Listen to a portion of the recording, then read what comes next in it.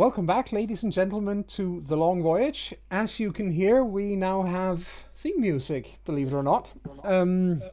The piece of music in question is called Epic Vikings, fitting, I guess, by a man called Thomas Semler. It is purchasable online, and yes, this is in fact, we have in fact obtained the rights to use this this piece of music, so, you know, just so that we're on the straight and level there. This is episode 5, isn't it? I think it's episode 5. Yeah, it is. Yes, sir. Yes, it is. It is episode 5. Okay. See, I told you last week, we haven't even reached episode 5 and I'm already losing count. Now we have reached episode 5 and I'm still losing count.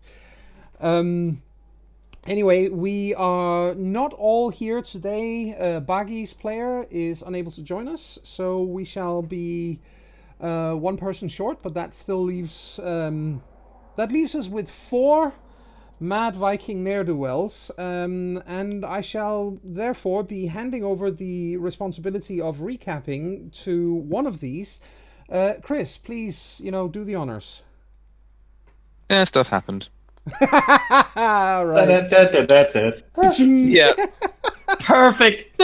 Stuff happened. What did happen last time? Oh dear God. Simply gave birth Rasmus, to a sarcasm baby. you know what? I can believe that. Yeah, no. There was drinking, there was flirting, there was more visions of the Raven Lady appearing, among other Oh, right. visions. Guildford lost his virginity. Geoffrey lost his virginity to a lovely, buxom woman of the Green Shores, and Sindri ribbed him for it, but all was well. Bargy and Frothy got the mother and father of all hangovers, to which nobody really had any particular sympathy for them, because... Self-inflicted harm and all that. Yes. I mean, in this modern day and age, we are quite sympathetic to self-inflicted harm of any kind, but not back then. This is a harsher time. Yes. As I keep saying, every time we do one of these sessions, I keep saying, I have to keep reminding myself and the audience that the rules of engagement in this society are not the same as your own, so be prepared for horribleness. Yes. It's like I need to comfort myself. Anyway, we then, after all this happened, we left the city that we'd landed in and set off further inland to meet up with, oh God, the Tanaishta of the sword that we were hoping to put ourselves into the employ of. We reached the camp. We met the sword of... God, I can't even remember. This is terrible, guys. Carrot sword of the Silver Queen. Yes. And offered our services, which were accepted. And then there was sort of a bit of milling around the camp. There was a bit of social interaction. We demonstrated the superiority of Southlander weapons and armor versus those used by people in the Green Shores, with a little live demonstration of both. And much good was happening. And then, I don't know, I suppose after that it was basically a case of them preparing for whatever mission Karatok set forth for us. Yes, and you 5 were specifically pulled aside to be told that you will be going on, let's call it a bit of a special run of your own, because the point being that the Southlanders will be used as a diversion. To allow Karatok to take his men, the bulk of his army, and recapture parts of the lands that were recently taken from him. And in order to do so, he needs a diversion. But whereas he's going to send the main group of Southlanders off on this, you 5 will be a diversion for the diversion, basically. You will be the ones who will first draw attention, while then that draws enemy troops towards where you are. The Southlanders is going to hit, the main bulk of the Southlanders is going to hit another area, splitting the enemy troops that are coming to the rescue, and then Karatok is going to come in with the main bulk of his army, and it's going to leave chaos and confusion in the enemy ranks. At least that's the plan. You say that like the plan's going to go awry. I don't know if it is. That depends on you guys. I think, well, things can happen beyond our control. This is a favoured tactic of various game masters the world over, but well, we'll do our best. I am completely innocent. Where's my checklist? I'm adding today's date to the amount of times that bullshit excuse has been employed. I'm collecting them. If I get enough of them, I can turn them into you and get like well, maybe not a free coffee, but something. All right. Anyway, well, we are. In that case, you are pretty much ready, I think. So, let's go in character. And you guys are you're still in Karatok's camp. It is mid-afternoon, late afternoon at this point, I think. You'd spent about half a day. You know, you had to get up first and foremost, and then you had to get there. And then there were all the demonstrations and, you know, looking around the camp and so on and so forth. So I think we can say it's probably, yeah, mid to late-ish afternoon by now.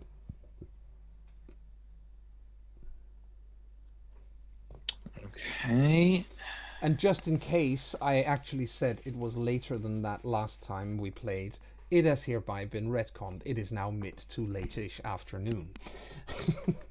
Yep. We enjoy the time travel. Okay. If it's late to afternoon, does this world? This is a weird question to ask. Does this world operate on the same logic of the sun rising in the east and setting in the west? Yes, it does. And which direction are we marching in? You will be going north and west. Sorry, north and east. North and east. Excellent. North and east. That's good. We might be able to, if needs be. Well, we won't be blind walking up to the enemy that way, basically. Well, you'll see. As it is, you are not being sent off on anything today. Okay. It is a little late in the day for that. But there is a time right after, you know, basically there's when darkness starts to descend and people, you know, they have their campfires and people are cooking whatever it is they have to eat that day. Some people have have game, others have porridge. There's a quite basic fare really when you're in an army camp like this, and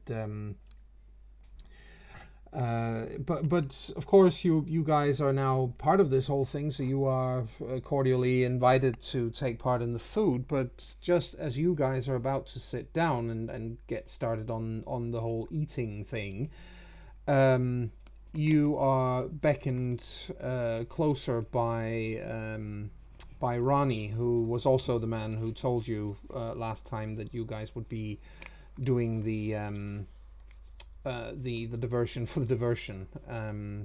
The first mate is basically, you know, he's walking over to where you guys are sitting, and he's you know, tossing his head in a come along gesture. Okay. All right. I'm curious. I'm going with him. Yep. I guess we are then. Well, he takes you back to the first tent that you really came to when you were in the when you arrived here, namely the swords tent, and he pushes the tent flap aside and steps in and, you know, gestures for you guys to follow. I suppose we do. And as you get in there, you see a large. There's a very large table, and I really do mean it. It is very, very sizable. You could probably quite easily seat 20 people around this thing. And it's filled up with one huge map. It's made up of several pieces, but they fit together. It's painted in some detail, actually. It's on calf hide from the looks of it, It's not vellum. That would be too fragile, but it is. It does look quite detailed, and there are some markers in different places where, from what you can tell at a glance, markers where various groups of troops are located. And Rani nods to Ormer, who's present, and of course to the sword, who's also there, and a couple of other people, and says, "Well, I have them here. Seeing as they're going to be going on quite a trek, I figured we might as well let them know right away." And Ormer nods and grins at you guys and says, "Well, look at it from the bright side. You will get to see quite a lot of tear glass, and you will get to, well, if this goes the way we all expect it to and hope it to, you're gonna make quite a lot of silver on this." Interesting. Sounds good. He stands up. Ormer stands up and moves over to the map. He points to a place on the southern part of the map, very southern. It's all the way down by the coast. And he says, "We are here." This, he says, and points to a specific marked settlement. That is where we landed. That's where the ship is still moored, and most of us will be going back there tomorrow. We will be taking the ship, and we will be following the coastline for a good long while. And we're going to be doing a coastal raid on enemy territory. But you're not, he says. You and 5 of Karatok's men, you are going inland to a very specific, well, you could call it a village, but really what it is, it's the beginning of a fortress. It isn't a fortress yet. That's what we needed to never become, on top of a hill. Right now, according to Karatok's scouts, it's a lightly fortified village, as in they have a palisade wall probably, but that's about it. A wooden wall? Yes, it's a wooden wall, exactly. Frody just grins because, Yeah. Come on, give me a challenge. And he says, "Well, it's not that there are that many people living there. They are civilians. They aren't part of the enemy's army, not yet. The point is, this place is perfectly situated. It's on top of a very high plateau. It has very, very good visibility for a whole day's travel in any direction. Basically, if you control that place, nobody's going to sneak past you. You will see everything that goes on. And we have got to make sure that Liam's forces don't control it.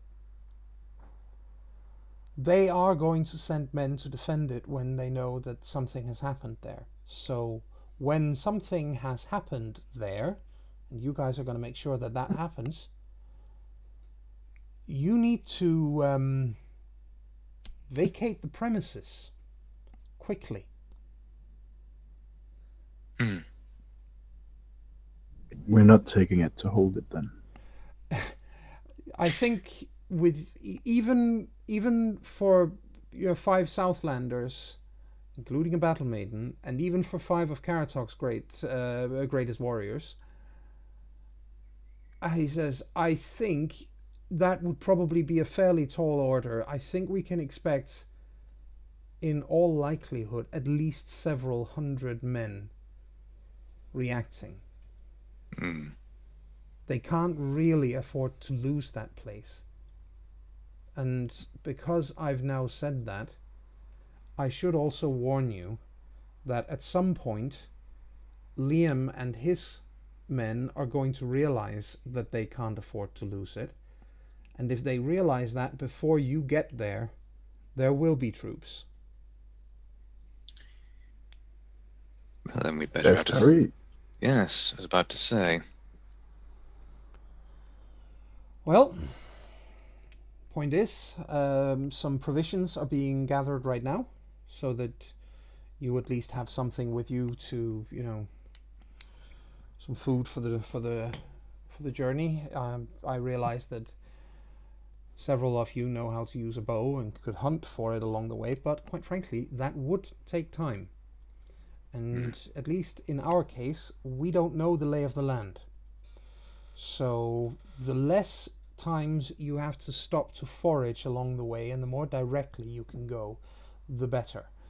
Again, remember, when you have attacked this place, it needs to be destroyed. It's not enough that you just, you know, walk up there and, for lack of a better word, plant the banner of Hirborg and say, you know, this is now ours. In all actuality, you're gonna have to burn it, all of it. I think Frodi raises a hand. Yeah. And I think he looks to Karatak Yeah. and says, the civilians, do you want us to let them go so they might join your enemy, but could be recruited later, or do you want us to kill them? I want you, he says, and steps forward, and he clearly likes the fact that you address him directly. He crosses his arms over his chest and he says, what I want is for you to exercise good judgment when you get there. If the people in this village are friendly, then by all means make sure to evacuate them and let them live, because then when we do get back there, they will still hopefully be friendly, although admittedly burning down their homes might change that, but I hope you understand what I mean. That was why I asked. Yeah. And if they are giving you trouble, then yes, kill them. I have reason to believe they are not going to be friendly. Do you have any of the men you're sending with us? Do they have a knowledge of the place? Two of them do. I am sending with you a group of 5. One of them has at least passed by this particular place on the way, and the other is, well, I believe he's local. Be a little bit careful with him. His name is Odran. Be careful with him. He's very good in a fight, but he does like killing. Do they speak our language? The 5 that are going with you, yes, that's why they are the ones. Good. I will need to talk to the ones who know the layout. Yes, well, 4 of them know your language, 1 of them doesn't. And I think at this, Frodi grins and says, I'm a bit of an expert on fire, and if we have to burn this place down the best way possible, I would need time to lay a plan. Would be best to know it, the layout. Of course. Well, as I said, you will have a chance to talk to them. As I said, 4 of them do speak your language. One of them barely speaks new form.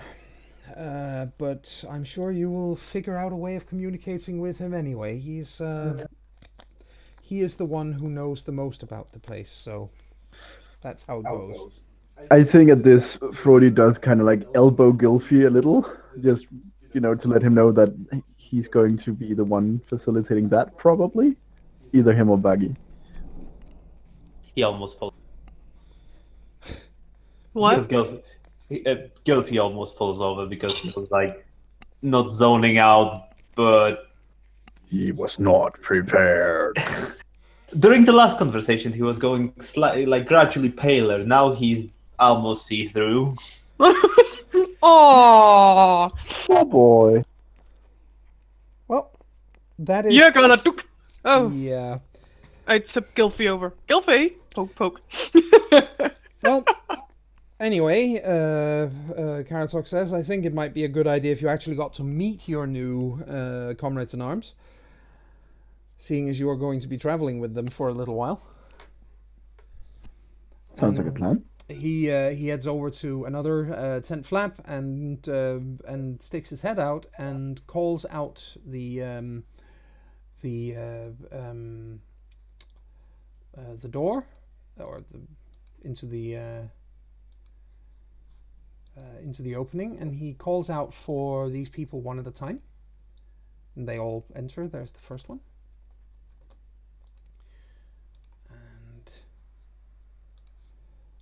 It's a very Irish-ish name. Yes.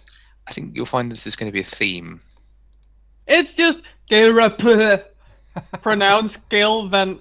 Okay, that's very Irish. There's this guy that you just got told about, Aldrin. Again, what's with all the surplus letters?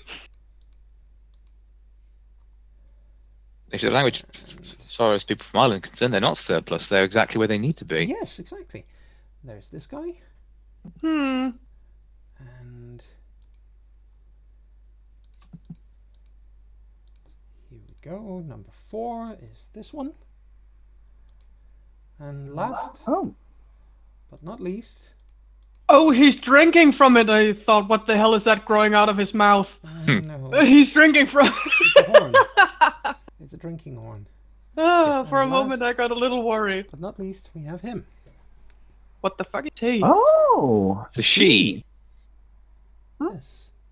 Not in the sense of a female, but in the sense of SIDHE, she. I can read. Yes. No. Just in case anyone watching and doesn't see that or can't read the writing here, I was just explaining. Yeah, Comfy- even though comfy Elva doesn't elf. want to be rude, she's just looking at him with a, whoa, what's that?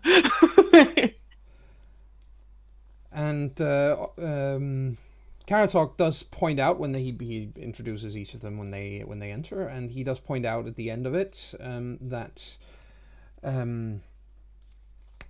Aidan, the last one in, the she, is he's the one who knows the most about the place, and unfortunately he's also the one who does not in fact speak a word of Southlander.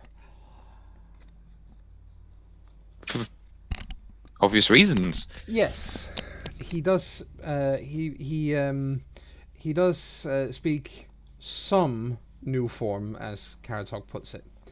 Some.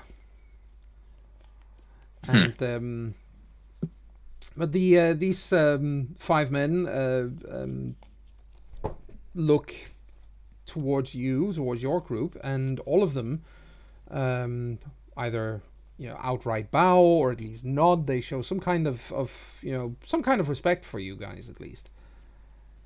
well, at least, I mean, Frody at least gives them some sort of gesture to indicate the same. I don't know what the proper gesture would be, giving them his hand or slapping his butt or... Slapping his butt. I think a nod would be, or a bow would be fine.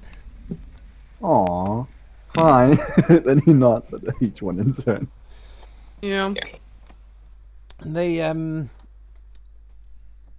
they seem, well, obviously they seem quite interested in you, seeing as you guys are now going to be traveling with them as much as the other way around. But one of them, this fellow, says we do have a campfire right outside if you're interested. We'll be waiting there when you've been told the rest of what needs to be explained.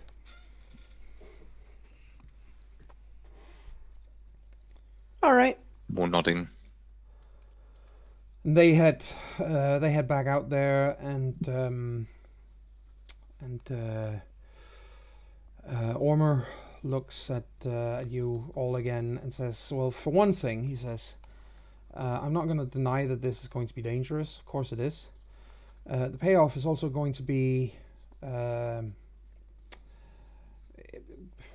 It's going to be commensurate to the risk you take. So basically, any spoils you take during this attack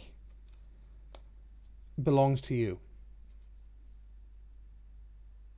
You don't need to share that with the rest of the crew. What you take in this attack on this village belongs to you. All right. Let's not burn it entirely down then. At least until we've sacked it. So a bit of pragmatism is never a bad thing, eh, Frody? Yep. Balance your greed with the need for speed. Well, yes, it would probably be a bad idea to be weighed down by masses of heavy objects when you leave, but I'm sure you will be able to find something. Although, just one thing, just on the off chance, because he says, I don't know how each of you feel about this, but just so that we're in the clear here, there is no point in taking thralls. We're not going back to the Southlands. No point. That was a given, at least for me anyway. Yeah. No, I just, better mention it. So, are we clear? Do you have any questions? I think we're good. None that I need ask of you. All right. And he looks towards Gulfi and Ilva, respectively, to see if they have any questions. Imagine Gilfy just has the expression of, why me? Actually, Gilfy was kind of following. After they left and met the 5 of the men of Tirgas, he has actually been fixated on the she, as long as he could see him. Yeah. And now he's just staring at the self flap after him. Yeah, he was kind of zoning out as long as she was there. Yeah. Wow, what was that? That I sort think of thing, Ilva's also looking toward the flap with a, what the fuck was that? So, okay, you guys, you have, since you have no questions, then Ormer basically just nods and says, well, in that case, good luck. And once you have completed this, make your way back here. This is where we will meet up when this is all said and done, to make plans for what comes after. All right. Good. Best of luck to you as well, Jarl. Well, he gestures and lets the rest of you go outside. We shall then. Yes. Right. And, yeah. Actually, when everybody's leaving, Gilfy would kind of stay behind. Of course. And when he catches like Ormer's attention, Yes. he would like kind of mutter under his nose, is there nobody better? Granny or Branda? No, Gulfi, you will do quite nicely. Remember, since there aren't that many of you going, he says, it is likely that one or more of you might get hurt along the way, and I will need somebody there who can patch people up. There are people in this camp who can take care of wounds as well. It's not going to be a problem for the rest of us, but you need to go with them. But then he just drops his head and like Yeah. Yes, Captain. Yes. He was so trying to look for it, for the argument. Just, Yes. yeah, he like probably nods or slightly bows to Of course. Karatok if he's still there. Oh yeah, yeah. And then just Shuffles outside. yes. Yes. Well, as you do so, you can hear they're already returning to talking strategy on the over the map. So yeah, you get outside, all of you. Some of you before others, obviously, seeing as Goofy just stays behind for a couple of moments. But quite right, the 5 men that you've been told to travel with are all seated around a campfire not far from the tent, and they've got a what looks like some wild fowl of some kind, or some very, very lean chickens. Foul. Yes. I completely heard that wrong, as in foul, as doing something wrong. But yeah, it's birds. Yes, wild All right. fowl. Or some very lean chickens roasting over the fire, and they are inviting you guys to sit down and take part. Of course, I'd love to meet new people. I think one of the first things they'll meet with Ilva is her tripping over one of the ropes that hold the tent. Yeah, and stumbling head over heels. Getting up, and then getting up, turning her back while she's taking another step, because what the fuck were I just tripping over? And then tripping over the next one. And then looking up at the sky for a moment with a, tent wires, alright. Yeah. Like, what the Leaving a fuck was good that? impression. Yes, because she is a clutch. Like, hey, what was that? Oh fuck! Yeah. And well, none of them make any comment on it, because they saw the demonstration earlier as well, and none of them are in any particular hurry to lose their eyebrows. She's lighthearted. Seems lighthearted about it. Like, yeah, I always do this. This is nothing new for me. Face like, just a normal Monday, right?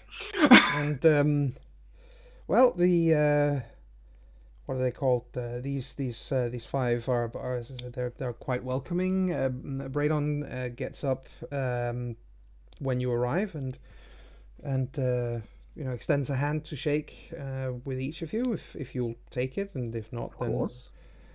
Sure. He says, well met. I suppose we're going to get to know each other a whole lot better. My name is Braydon, and that guy over there is the one with the strange ears. He says is Aiden, and you have Galvin over there. He says, and points to the guy in the red tunic. And you have Otherin over there. He's, he's a nice guy. Just be careful when the blood starts flowing, because he tends to lose himself a little. And you have Ordle over there.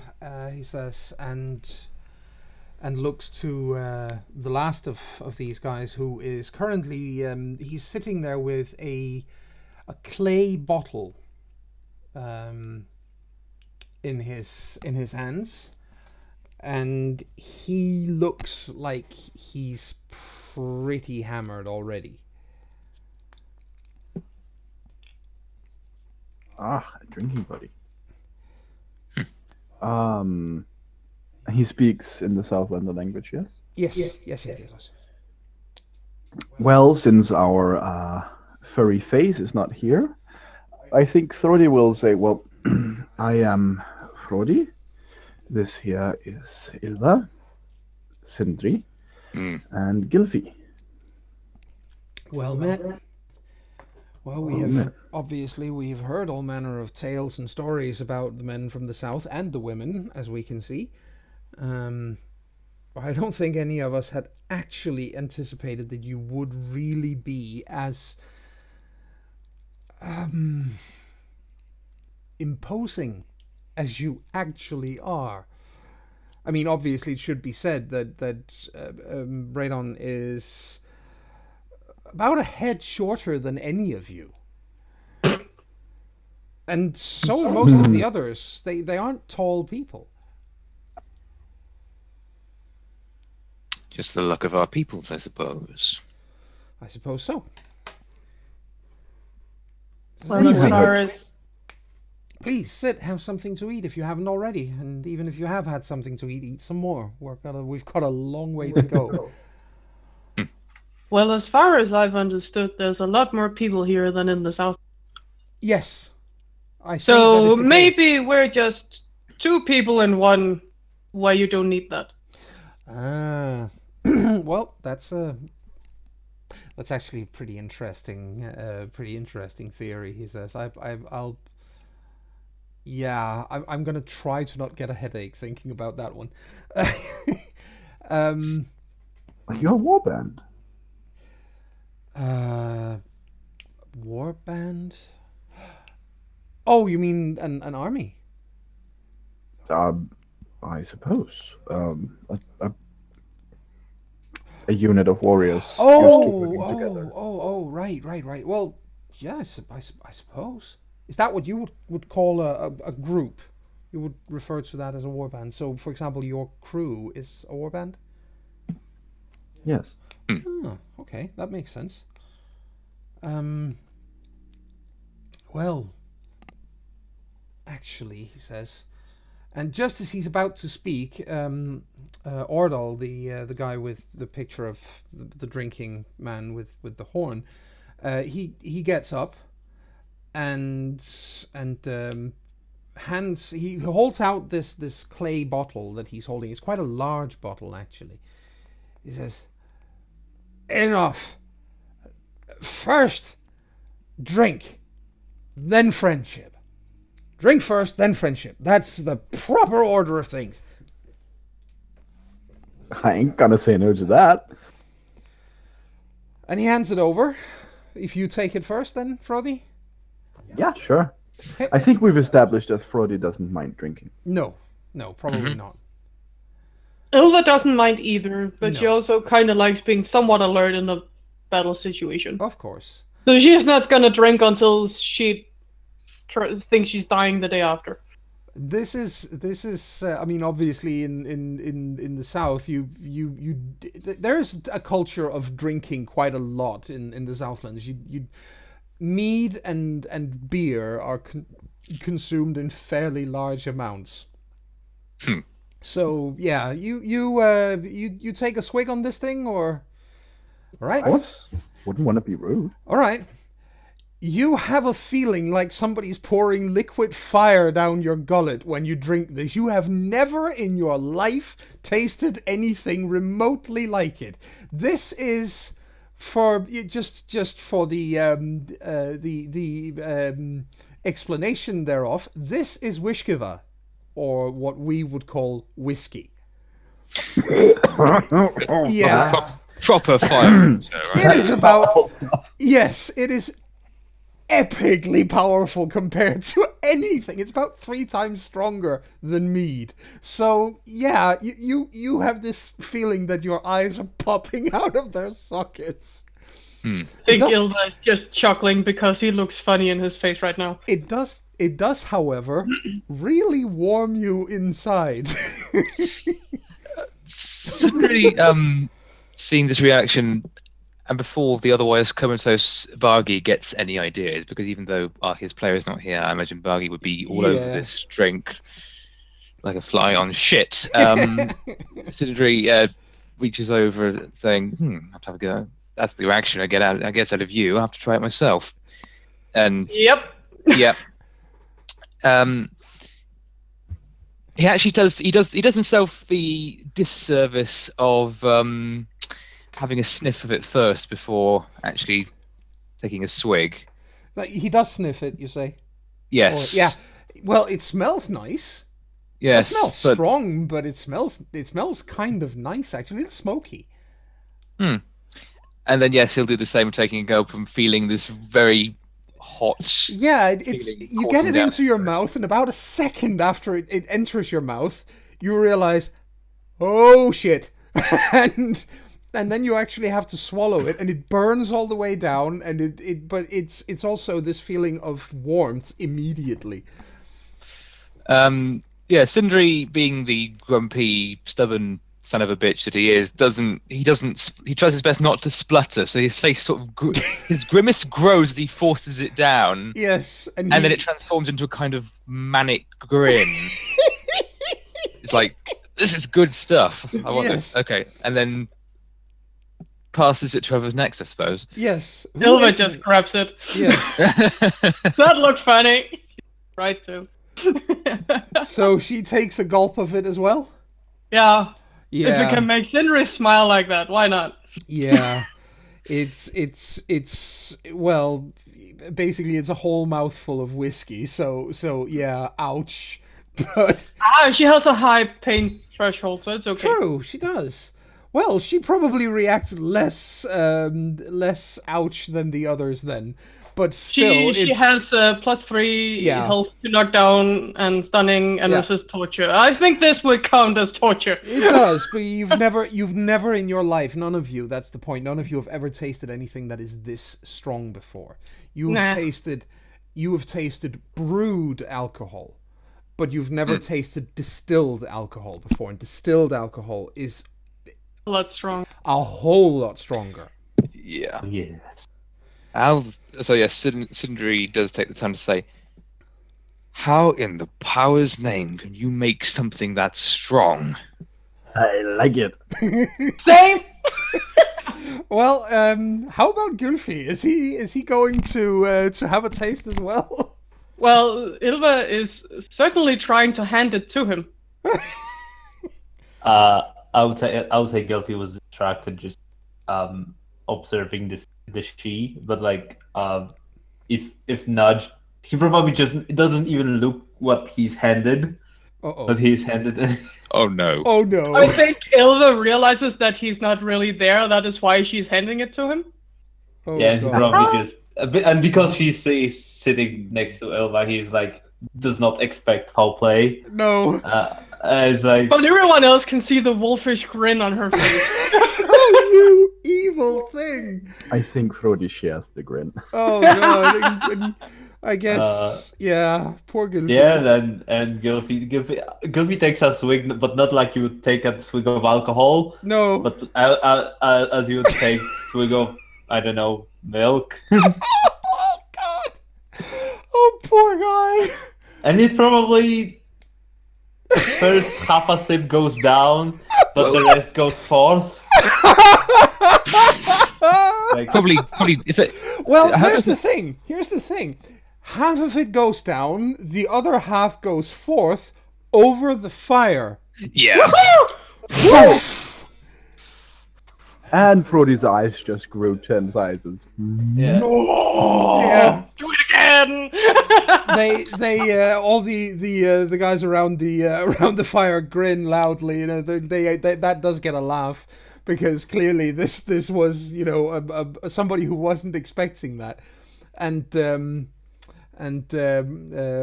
Ardal says, I guess you haven't got anything like that where you come from. Nope. Oh, we do not. And Ilva is tapping Gylfi on the back because he's probably almost choking. Oh yeah, he's coughing profusely. Yeah, you know what? Sorry. I just wanted you to try it. Tap, tap, tap, tap, pat, pat. I'm going He to does have a low celebrate pain this. threshold. I'm going to celebrate this awesome scene by grabbing my bottle of Jameson's and a glass. If your characters can suffer, then I will enjoy this right along with them. Then we need to add a warning that our roleplay involves themes of alcohol. Strong language, alcohol, and other foul things. Yeah. Ladies and gentlemen of the viewing audience, this is a service announcement. Some people have it all right, don't they? They can stop for whiskey in the middle of the roleplay. Yum, yum, yum, yum. When we get the next break, I'm going to have to go and get myself something. Although, remember, dear audience, drink responsibly. Yes, Don't absolutely. Don't drink and drive. Or drink and text. It always wins. Don't drink Yeah, MGM. Don't drink and ride a horse. To be more Don't- time appropriate. In fact, don't drink and do anything particularly strenuous or morally Demanding. questionable. Yes. So yes, guys. We you have had your first experience with Wishka, and And I've gotten inspired for new ways to make boom fire. Yeah, I just imagine Frothy's eyes going big like Gilby's like, oh, that's pretty. and Oh, Gilfie's just coughing and crying. Just like, is there anywhere I might get this poor young lad some water? of course, Galvin reaches out slightly behind him and takes a water skin and hands it over. And he says, "Don't worry, it's water." he's still suspicious. Sindri takes it, sniffs it, Yeah, has a sip, and confirms it's water, and then passes it over. yeah, and it is water. And at that point, Galvin is joined by a couple of dogs, and he's sitting there cross-legged and just scritching them behind the ears and looking quite content actually. Ilva has her eyes on the dogs. Oh, it's dogs. Oh, it's puppies. She doesn't say anything. She's just looking at them. Oh, it's dogs. Doggo. Yes. Puppy. Oh dear. And he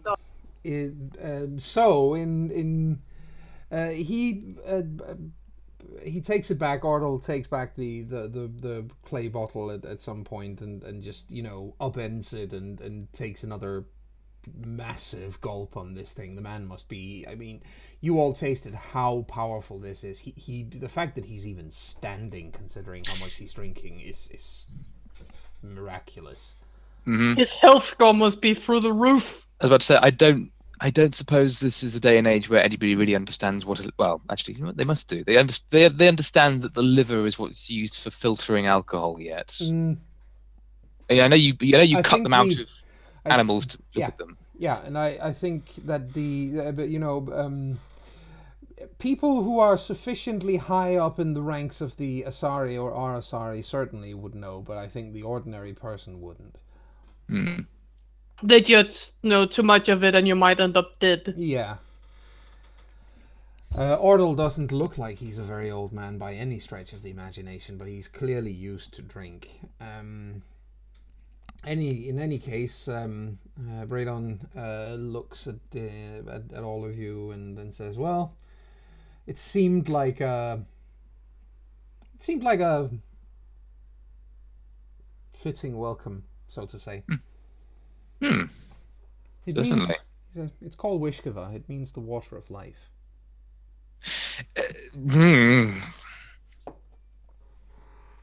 I mean, Interesting. fair enough. I mean, I would have probably chosen a name with somewhat more irony to it, but Oh, I don't know. I think it fits. He says, "You certainly feel alive when you drink it."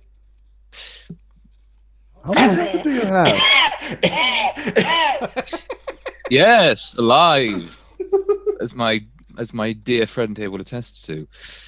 Do you feel alive, Gilfie, or do you feel like you're dying? I think he can certainly feel his lungs. Yeah. I'm fine. It's actually quite a useful thing. He says we use it for drinking, and for cleaning wounds.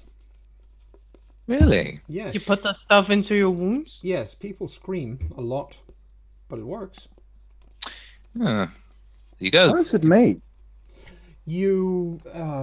Oh wow, I don't know the details of it. Braydon says, "I know Ardal does when he's sober. That's makes sense. He knows how to make it when he's sober because he makes it himself. That's Ah. So he becomes sober in order to make the next batch, typically. Basically, he drinks everything he has, Yep. and then he makes something new because, oh fuck, I'm sober. Yep. Do you know if it's difficult to make? I think it is. I think it's something that requires some equipment and time and patience. Ah, I see. Brody is clearly already thinking in business. I will say one thing: it does seem to warm you up quite a lot. This would be quite useful down south where it's always freezing. Well, at least it makes you it peps you up, doesn't it? Yes. He takes the birds off the spits. Ooh, these look like they're about ready. Anybody hungry? Always. The other thing, not just got so many more people here, you've got so much more food here. Yeah, we're blessed with fertile lands and plenty of game and fish in the oceans, and yeah, we can't complain. Have to be careful. Sometime in the future, someone from some other distant place might look at this place with envy. Well, it's the great contest, isn't it? He says, and you can hear. He says those words with a certain amount of acid and venom dripping off his voice. I'm sorry, is that a sore thing I brought up? No, he says, not except that it's the truth. The truth in this case is that eventually someone somewhere else is going to take an interest. And I'm not stupid, he says. In fact, I'm definitely not. And the closest place to Tirglass in terms of distance is the Southlands. When you guys have stopped fighting, you're gonna come here. Seems like a nice place. We're friends today. We won't be friends forever. No, but with any luck, that shouldn't be within our lifetimes. For now, at least, we are friends. Let's do what we can to keep it that way. I agree. I absolutely agree. So, we are, after all, fighting the same war for the same side. We have a good deal of traveling to do. It'll probably take, as I've been talking to Aiden, and he says it is probably a 10-day each way. There are no roads. How long were we told it would take to walk up here? To where you are now, from the coast? Yeah. That took about half a day. Yeah, but how long were we told it would take? Probably more like 3/4 of a day. Well, that's because we have hiking, and they didn't really expect that. Yes, we have hiking, but sadly, I doubt our new friends do. So they don't. So we'll have to. We'll have to basically walk at their speed. Yeah, Ilva's first thought were, well, we were told it would take somewhat a day, and only took a half, and then, all right, we have to walk with them. Then maybe it will not take that short a time because they have shorter legs. At least that's her logic. Yeah. Well, their legs are shorter, so. Yeah. Yes, Sindri says to him, that's the amount of time it would usually take you. Then we'll do what we can to keep at your pace. We Southlanders we have a gift for marching and hiking across rough terrain. I suppose that comes in quite useful. Most of us don't. Some have horses, obviously, but we don't in this group. That's fine. Like I said, we will do what we can. We will do what we can to make sure that we don't overtake you. No, that's fine. Well, we shall do our best not to slow you down too much, but I'm sure that, there will probably be a difference in pace, and we'll just have to find a way to adjust to each other, I guess. Of course. That said, it is through, mostly through countryside with no roads, so we will need to keep people on their toes and probably have a couple of scouts out at all times. In that case, I might have found my... Sorry. That. Already nominated Sindri. Oh, okay. Sindri was nominating himself by saying, in that case, I might already have found my niche. Yeah, I nominate you. That way I don't have to look at your sour face all day. Says and grins. Sindri responds to Frody with a look that would actually make... he's hoping will make even Frody sort of mouth pucker like he swallowed a lemon, because that's how sour it looks. Mm-hmm. The grin grows wider. Ilva sighs deeply. Boys, play nice. Oh, yeah. Well... last time, just to be on the completely on the safe side, Gulfi had a visit from the Raven Lady last time, didn't he? That was Sindri. 2 sessions ago. That was Last time Sindri. Last time was Sindri, yes. Yeah, Sindri were told to pull his head out of his ass. That is true. So we have, and Baggy isn't here today, so... I'm not sure he was told to pull his head out his ass. He was told... That's what he told Ilva. Well, yes. I said, but the way it was worded, it's almost like the Raven Lady basically said, "You have your head up your ass. What are you going to do about it?" Mm-hmm. And then Sindri decided, yes, it's implying I should do this. Therefore, I shall do this because saying no to the Raven Lady is an occupational hazard. It's a fairly terminal experience for most people. Yeah. Yes. But then they can talk with all the others who did the same thing and then exchange ideas later. Okay, so yes, basically in Valhalla. Yes. In any case, guys, we have been going for pretty much precisely an hour already. So let us in fact have a brief break here, and we shall return with more The Long Voyage in a few moments.